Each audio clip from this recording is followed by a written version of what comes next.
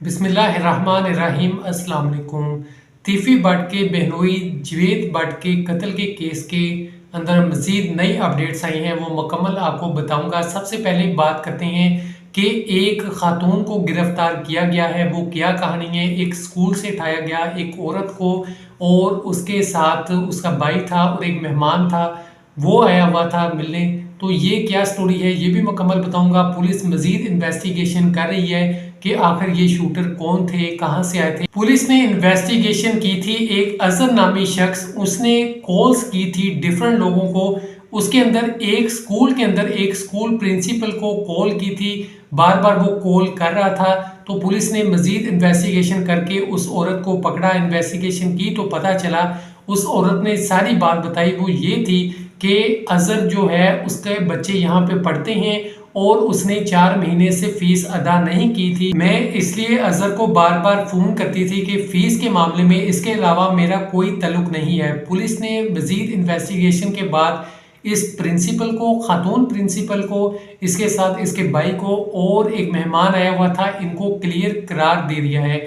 उसके बाद इन्वेस्टिगेशन जारी है। जैसे कि मैंने आपको बताया था, पुलिस हर तरह से छानबीन कर रही है, पहुंचने की कोशिश कर रही है कि आखिर किसने ये काम करवाया है, कौन शूटर थे, किन्होंने बेचा। सारे मामला को पुलिस देख रही है। उसके बाद एक और बात बता दूं कि अमीर मौसम का बयान आया था, जिसके अंदर उन्होंने कहा था कि 30 साल से हमारा नुकसान हो रहा है। सबसे पहले मेरे दादा, उसके बाद 2010 के अंदर मेरे वालिद को कत्ल कर दिया गया, उसके बाद 2024 के अंदर मेरे भाई को शहीद कर दिया गया। हम अब तक नुकसान उठा रहे हैं। अब तक मैं अदारों से सवाल करता हूं कि हमारे ख़ानदान के कातिल कहां पे हैं, इन्वेस्टिगेशन की जाए। और पुलिस से उन्होंने रिक्वेस्ट की है कि हमारी हिफाजत की जाए, हमें तिफी बट और गोगी बट से ख़तरा है। अमीर मौसम ने यह भी कहा, हमारा इससे कोई लेना देना नहीं है, हमने ऐसा कोई काम नहीं किया।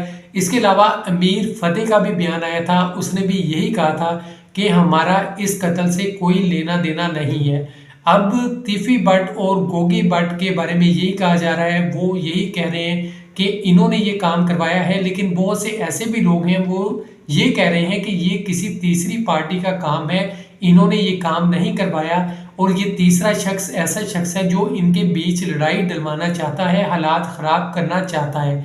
अब यहाँ पे बहुत से लोग हैं, वो आपस में सुलह सफाई भी करवा रहे हैं, आपस में सारे मामला को हल भी करवा रहे हैं कि सही तरीके से सारे मामला हल हो जाए। ज़्यादातर लोगों की यही कोशिश है कि ये मामला ज़्यादा ना बिगड़े, लेकिन ऐसे भी लोग हैं जो इस चीज़ का फ़ायदा उठा रहे हैं और इसको गलत तरीके से पेश कर रहे हैं और इसके अंदर मज़ीद हालात को ख़राब कर रहे हैं। तो जैसे जैसे नई अपडेट्स आएंगी आपको बताता रहूँगा। एक साल के अंदर 3 वाक़यात हो चुके हैं। सबसे पहले अमीर बलाज, फिर एहसन शाह, फिर तीफी बट के बहनोई जवेद बट। एक साल के अंदर 3 लोग, और तीनों का कनेक्शन एक दूसरे के साथ किसी न किसी तरह निकलता है। अब सोचने की बात है ये क्या हो रहा है और कौन इसके पीछे है। और बहुत से लोग हैं वो यही कहते हैं कि कोई तीसरी पार्टी है जो लड़ाई पड़वा रही है, आपस में गलत फ़ायदा उठा रही है और ये दुश्मनियों को बढ़ा रही है। अब पुलिस इन्वेस्टिगेशन कर रही है। जैसे जैसे मज़ीद नई अपडेट्स आएंगी आपको बताता रहूँगा। अल्लाह पाक हम सब की हिफाजत फरमाए। आमीन। खुदा हाफिज़।